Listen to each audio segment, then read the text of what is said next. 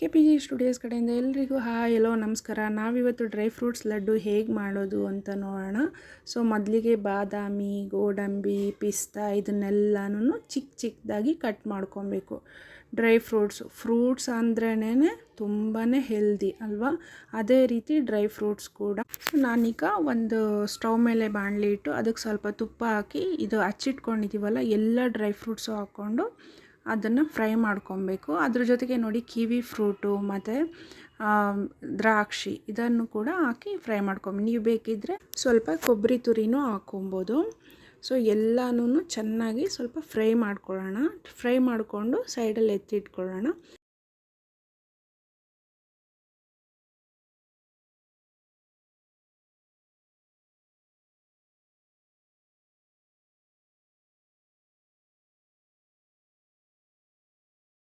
ಇದೆಲ್ಲ dry fruits ಎಲ್ಲ fry ಆದಮೇಲೆ ನಾವು ಸ್ವಲ್ಪ ಸೀಡ್ಸ್ ಯಾವ್ಯಾವ್ದು ಹಾಕ್ಕೊತಾ ಇದ್ದೀನಿ ಅಂದರೆ, ಫಸ್ಟು ನಾವು ಗಸಗಸೆ ಮತ್ತು ಎಳ್ಳನ್ನ ಫ್ರೈ ಮಾಡಿ ಅದನ್ನು ಕೂಡ ಸಪ್ರೇಟ್ ತೆಗೆದಿಟ್ಕೊಬೇಕು.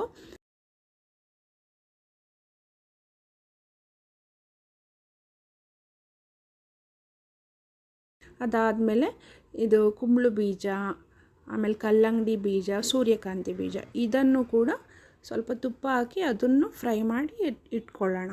ಓಕೆನಾ. ನಾವು ಈ ಡ್ರೈ ಫ್ರೂಟ್ಸ್ ಲಡ್ಡು ಮಾಡೋದಕ್ಕೆ ಯೂಸ್ ಮಾಡಿರೋವಂಥ ಎಲ್ಲ ಇಂಗ್ರೀಡಿಯೆಂಟ್ಸು ಆರೋಗ್ಯಕ್ಕೆ ತುಂಬಾ ಒಳ್ಳೆಯದು. ಸೊ ನಿಮಗೂ ಈ ಡ್ರೈ ಫ್ರೂಟ್ಸ್ ಲಡ್ಡು ಬೇಕಂದರೆ ಕೆಳಗಡೆ ಕಾಣಿಸ್ತಾ ಇರೋ ನಂಬರ್ಗೆ ನೀವು ಕಾಂಟ್ಯಾಕ್ಟ್ ಮಾಡ್ಬೋದು.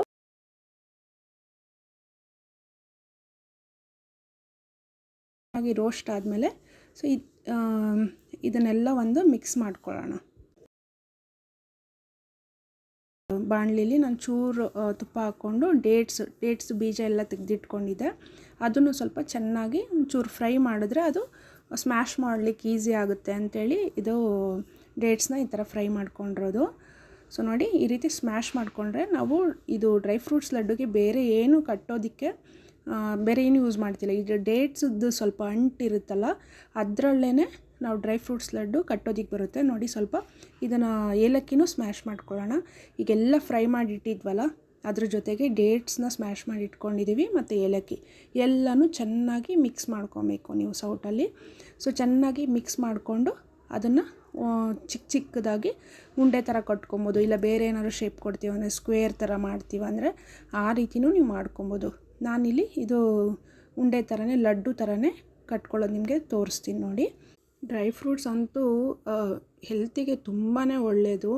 ನೋಡಿ, ಈಗ ಚಿಕ್ಕ ಮಕ್ಕಳು ಊಟ ಮಾಡ್ತಾಯಿಲ್ಲ ಸ್ಕೂಲಿಗೆ ಟೈಮ್ ಆಗಿಬಿಟ್ಟಿದೆ ಅಂದರೆ ನೀವು ಒಂದು ಡ್ರೈ ಫ್ರೂಟ್ಸ್ ಲಡ್ಡು ಕೊಟ್ಟರೆ ಅದು ಆ ಮಗುಗೆ ಆಗೋಷ್ಟು ಎನರ್ಜಿ ಅಂತೂ ಸಿಗುತ್ತೆ. ಮತ್ತು ಅವರು ಲಂಚ್ ಬ್ರೇಕ್ ಕೊಡೋ ತನಕ ಇಲ್ಲ ಮತ್ತೆ ಒಂದು ಅವ್ರಿಗೆ ಸ್ನ್ಯಾಕ್ಸ್ ಬ್ರೇಕ್ ಕೊಡೋ ತನಕ ಅಂತೂ ಎನರ್ಜಿ ಇರುತ್ತೆ. ಮತ್ತು ಏನಾದರೂ ಆಫೀಸಿಗೆ ಟೈಮ್ ಆಗಿಬಿಟ್ಟಿದೆ, ಟಿಫನ್ ಮಾಡೋ ಅಷ್ಟು ಟೈಮ್ ಇಲ್ಲ ಅಂದ್ರೂ ನಾವು ಒಂದು ಡ್ರೈ ಫ್ರೂಟ್ಸ್ ಲಡ್ಡು ತಿಂದರೆ ಸ್ವಲ್ಪ ಹೊತ್ತಂತೂ ಆರಾಮಾಗಿ ಅದು ಎನರ್ಜಿ ಸಿಗುತ್ತೆ. ಮತ್ತು ಏನಾದರೂ ನಾವು ಡಯಟ್ ಮಾಡ್ತಾಯಿದ್ದೀವಿ, ಒನ್ ಟೈಮ್ ನಾನು ಊಟ ಸ್ಕಿಪ್ ಮಾಡ್ತೀನಪ್ಪ ಅಂದ್ರೂ ಸ್ವಲ್ಪ ಎನರ್ಜಿ ಎಲ್ರಿಗೂ ಬೇಕಲ್ಲ. ಏನೇ ಊಟ ಸ್ಕಿಪ್ ಮಾಡಬೇಕು ಅಂದರೆ ತುಂಬ ಕಷ್ಟ.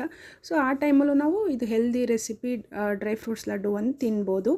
ಅದರಲ್ಲಂತೂ ತುಂಬಾ ಹೆಲ್ತ್ ಬೆನಿಫಿಟ್ಸ್ ಇದೆ. ಈಗ ಯಾರಿಗಾದ್ರೂ ಹೀಮೋಗ್ಲೋಬಿನ್ ಕಡಿಮೆ ಇದೆ ಅಂದರೆ, ಇಲ್ಲ ಅಂದರೆ ಏನಾದರೂ ಐರನ್ ಇರುತ್ತಲ್ಲ ಆ ಥರದವ್ರೂ ಕೂಡ ಯೂಸ್ ಮಾಡ್ಬೋದು. ತುಂಬಾ ಒಳ್ಳೆಯದು. Thanks for